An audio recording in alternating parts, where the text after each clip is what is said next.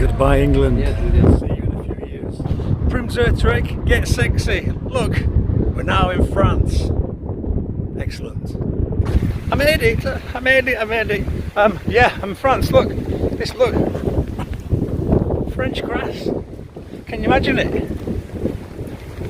And French factories and things. It's like a different world. I wonder what I'm going to discover.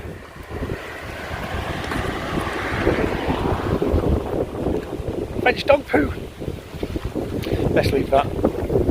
So today, or rather the plan for the next week or so is to get to Brussels. I think it's about 200 kilometres, so I should be able to do that in a week. I do 30 kilometres a day, and I sort of want to try and keep that 30 kilometre a day routine up, so that I don't fall foul of the Schengen 90-day thing, and so that I do Western Europe relatively quickly and I can spend more time then in weird places like Bosnia. Interesting places, I should say. So what's weird is look at these blue skies. Every single time I've cycled in France, and I've cycled in April, in May, in June, in July, in August, in September, every single time it has rained. It has just chucked it down.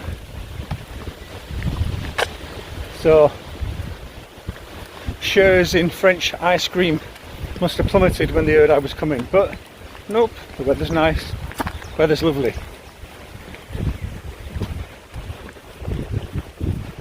I'm a little bit excited. I've walked to France. So we're now in France where everything is better, even the rivers. Look at this river. You don't see rivers like this in England very often. A river of poo. Good afternoon. Northern France is very flat. Very, very, very flat. I noticed there was a campsite about 18-20 kilometres from Calais,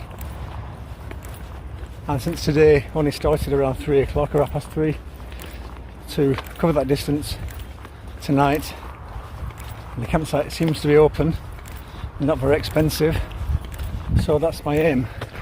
Bonsoir. This is why you shouldn't get your hopes up, because when I got to that campsite, not only was there not a restaurant, there wasn't really a campsite. It was just for touring cars and caravans.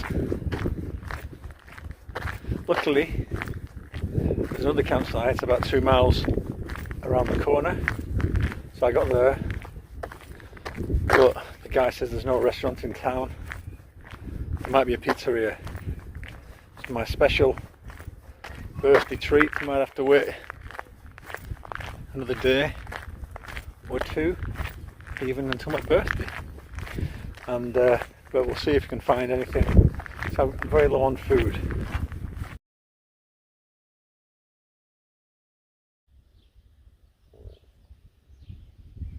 The hat is back. The weather's too good. It's day 47. I'm near a place which looks like it should be pronounced Gravelines, but I'm sure it's not. It's not like gravel or something weirdly French. Yeah, there's no campsite at the right distance today, so it looks like there might be wild camping, although I've seen very few places for wild camping so far, so fingers crossed. Good afternoon. It's a hot one today, and France doesn't offer many possibilities for sitting down and resting your legs, so you're going to make do with what you can. Can you see that? I don't know if you can. That's a bit of an old bridge. I found a campsite, I think, but it's not as far as I would have ideally liked to go, but I've only really seen one patch of ground which would have been okay for wild camping. Hot tip, if you're cycling or walking through France in short water, then come to cemetery, you'll almost always find a tap. Excellent, excellent, excellent. My campsite's open and I can have my birthday meal because look, you see, Can you see that? I don't know if I'm pointing it in the right place. That is a little pizzeria. I love pizza, and I had a pizza last night. And there'll be some wine, I think. I don't know if I mentioned it. I have a little foreign currency pouch in my wallet, which just money gets stuffed in there when I leave the country, and I tend to forget about it. And usually when I've left Spain in the past, it's been like 20 euros. But when I opened it this time, it was like 200 euros. So that's part of that's being spent on my birthday. So the budget is forgotten about for one day only.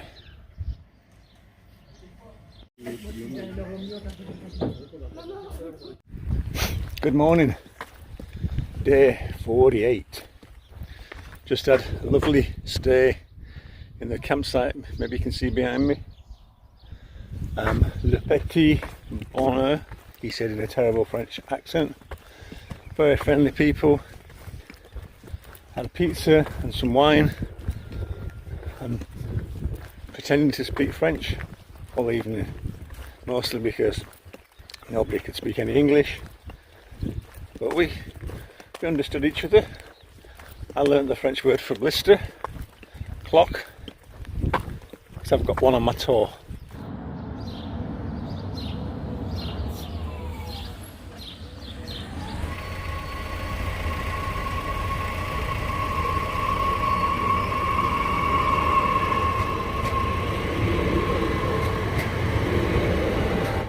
France does villages very, very well.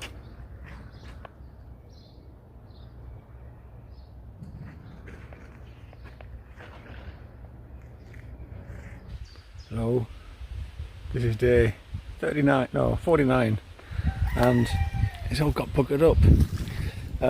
The day before my birthday, like a few hours before I arrived, I was getting shin splints, and in past, I've got shin splints when I've been running, but you just sort of stop, carry on again, and they've gone.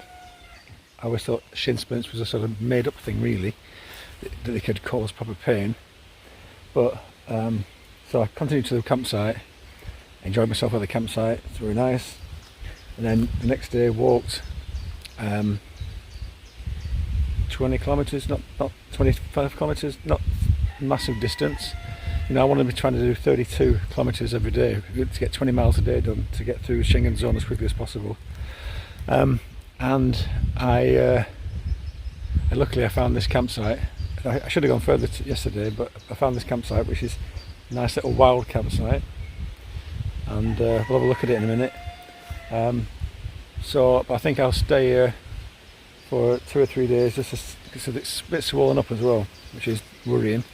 And I'm reading online, it says if you keep abusing it, you can end up with a fracture, which then takes weeks to heal. So first of all, we've got chickens and things running all around the place.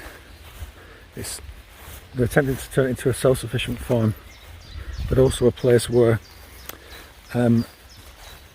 disabled kids, autistic kids can come and spend some time and enjoy the peace. Okay, that's the back of the green. I'll show you from the front. From the front it looks better. Here's the chickens. Hello chickens.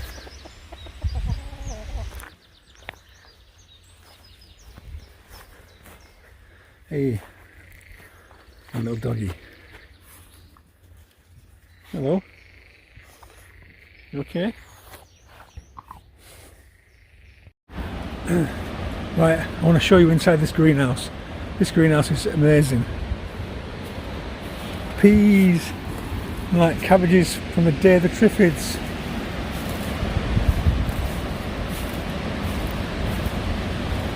Look at all this lovely veg. It's amazing. Hello. Day 50. Spent yesterday lying down. The legs slightly less painful, not that much less, but a little bit less, still a bit swollen. It's probably been a good day to miss walking for a couple of days, because as you can hear, it's raining.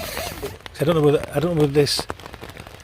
I don't know if this pain goes away, that as soon as I start walking again it's going to come back, or that my body's now learned to deal with that and so it'll cope with it and we'll be able to carry on as normal. Hello, day 51, and I have acquired a chair for my longevity at this campsite. I got sent a worrying link today which suggested that if you've got shin splints, then it's your muscles that hurt around the shin, and if you touch the bone itself and that's what's most tender, then that's most likely to be a stress fracture, and that's pretty bad because that means, you know, well, according to another page, it said it would take about 8 weeks to heal, which buggers up this trip. Good evening, it's day 53. We've missed day 52. What happened to day 52? Well, there was nothing to report. I just sat around relaxing. I've got some good news. This leg's, it's not a fracture, it can't be a fracture, but from what I've read about it, fractures are much more painful than this is. This is merely sensitive to the touch, it's not painful to touch. Day 54, still here, but happier. Things are looking good. Excuse me. The swelling's gone down. Walking around, I can still feel there's something not entirely right, but it's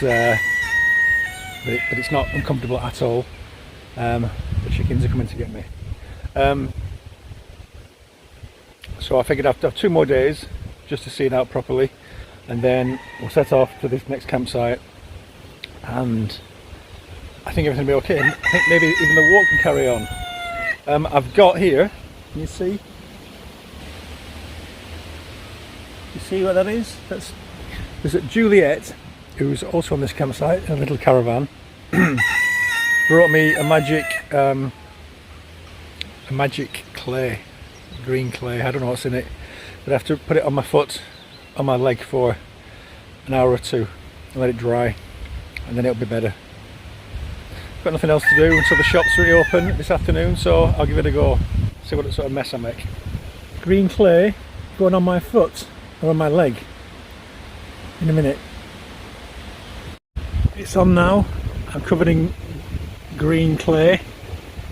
We'll see, maybe once this is on for an hour or 2, whatever it is, I'll be like dancing around like a moron. We'll see.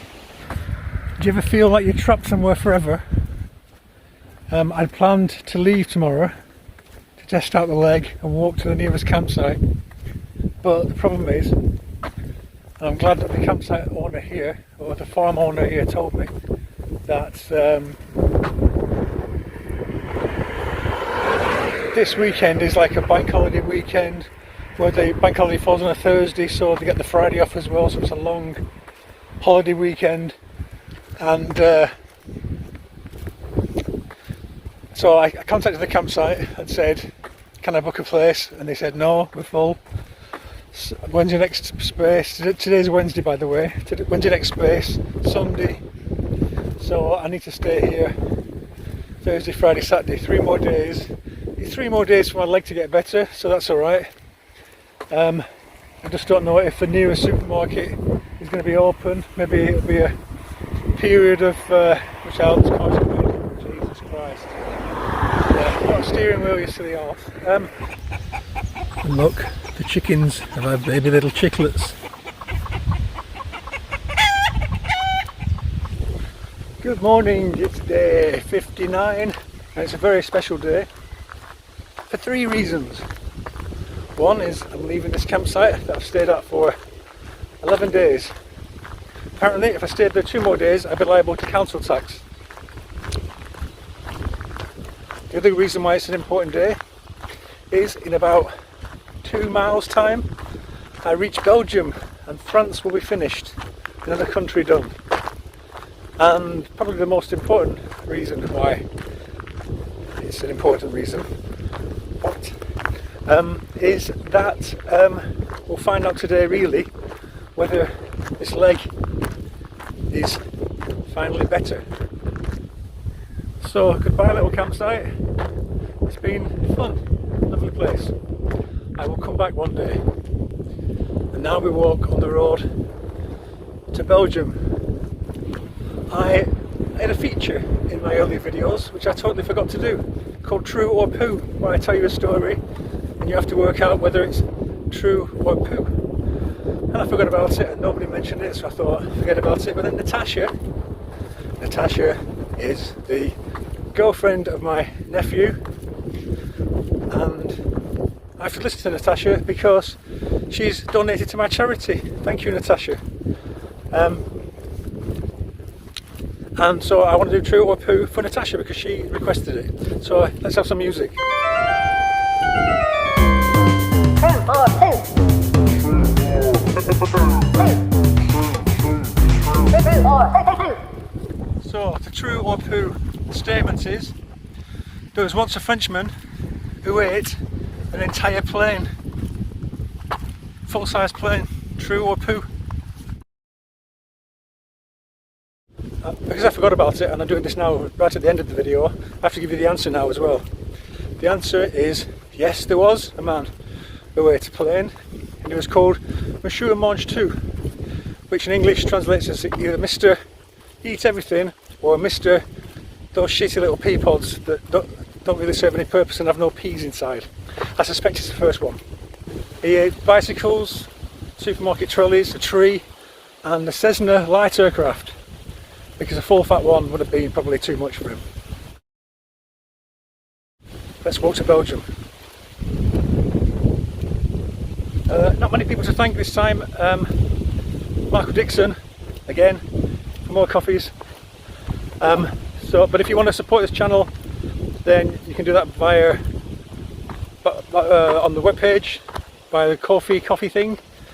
If you want to contribute on a monthly basis, you can join my Patreon thing and get a few extra bonus things, and yeah, or donate to the charity like Natasha did. Thank you. In a minute we'll get to Belgium and this video will be over.